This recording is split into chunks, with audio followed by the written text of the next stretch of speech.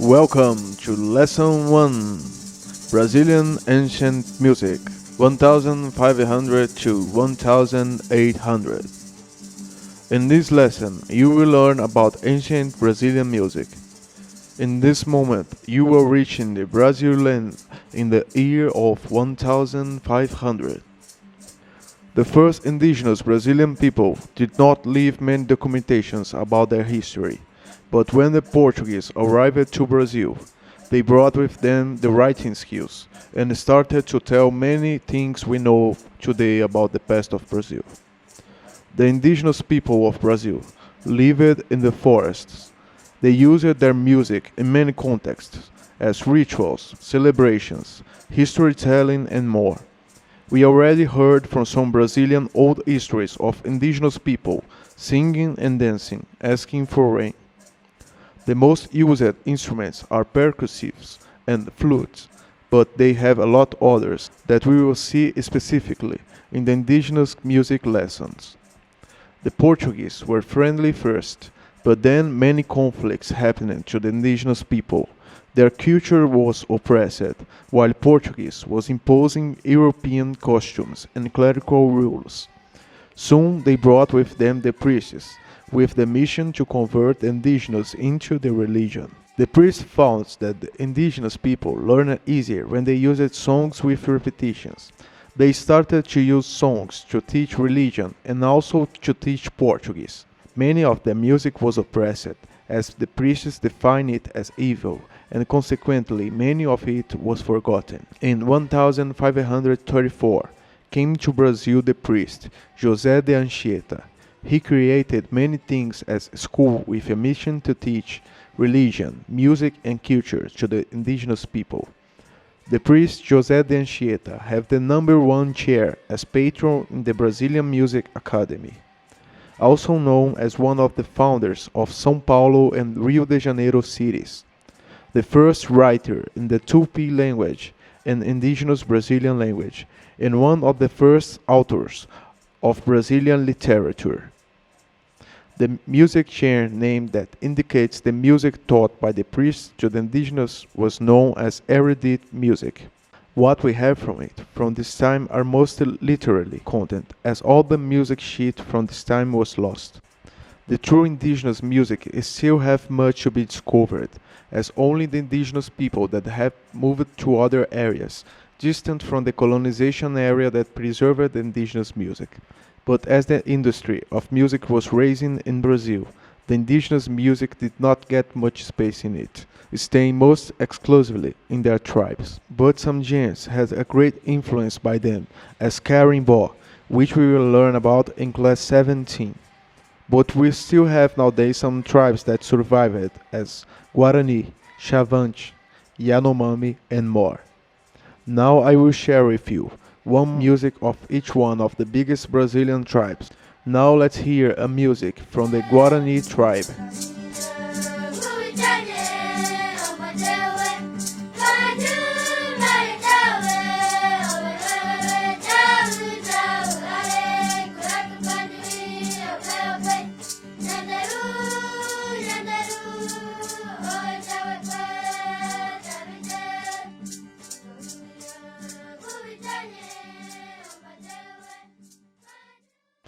Now let's hear music from the Chavante tribe.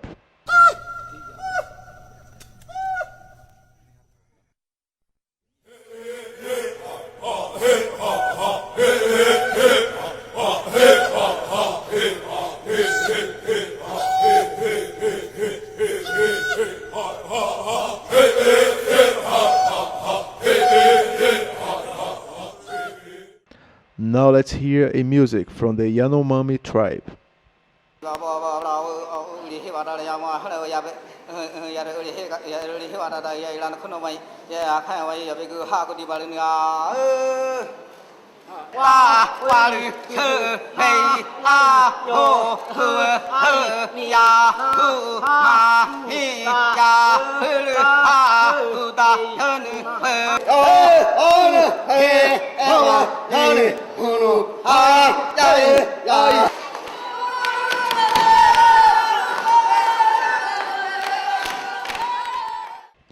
In the year 1719, Luiz Álvares Pinto, imported Brazilian music, was born in the state of Pernambuco.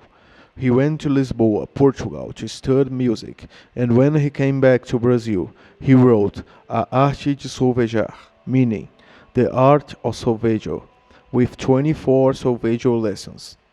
He composed many songs, but most of them was lost. We can hear one Te Deum of him.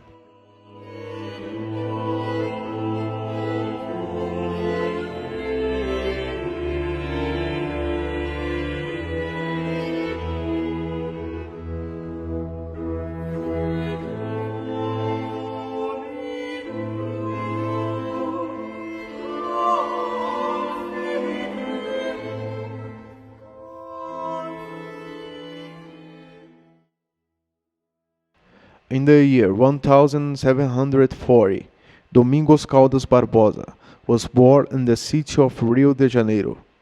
He is known as the first important name in the Brazilian popular music. Domingos traveled to Portugal to study in Coimbra. There, with his trovas, a kind of singed poem, he became famous. Acting as a priest and also a musician, he got more fame after starting to play in the Portugal Queen's Court of Maria I. There, his modinhas, a musical genre that we will see much more in the next lesson, started to gain more an erudite shape. Now let's hear a music of Domingos Caldas Barbosa.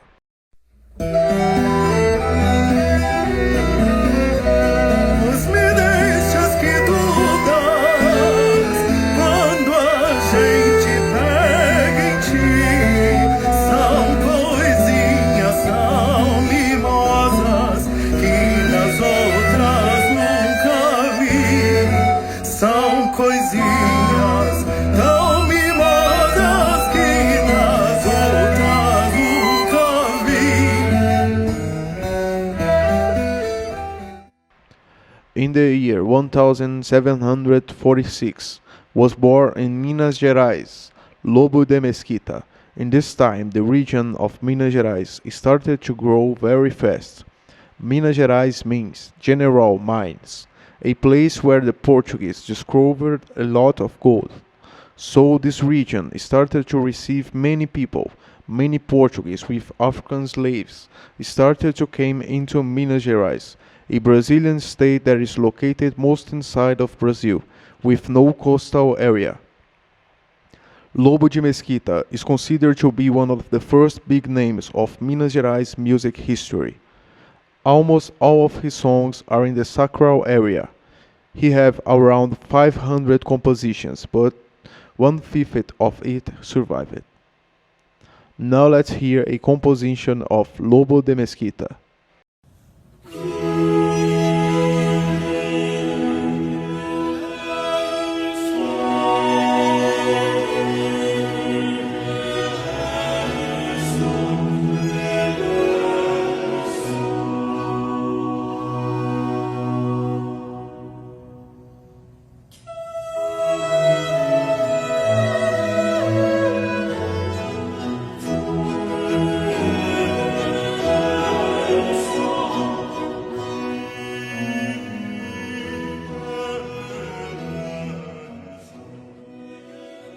For Lesson 1, describe instruments you could identify in indigenous music that we heard.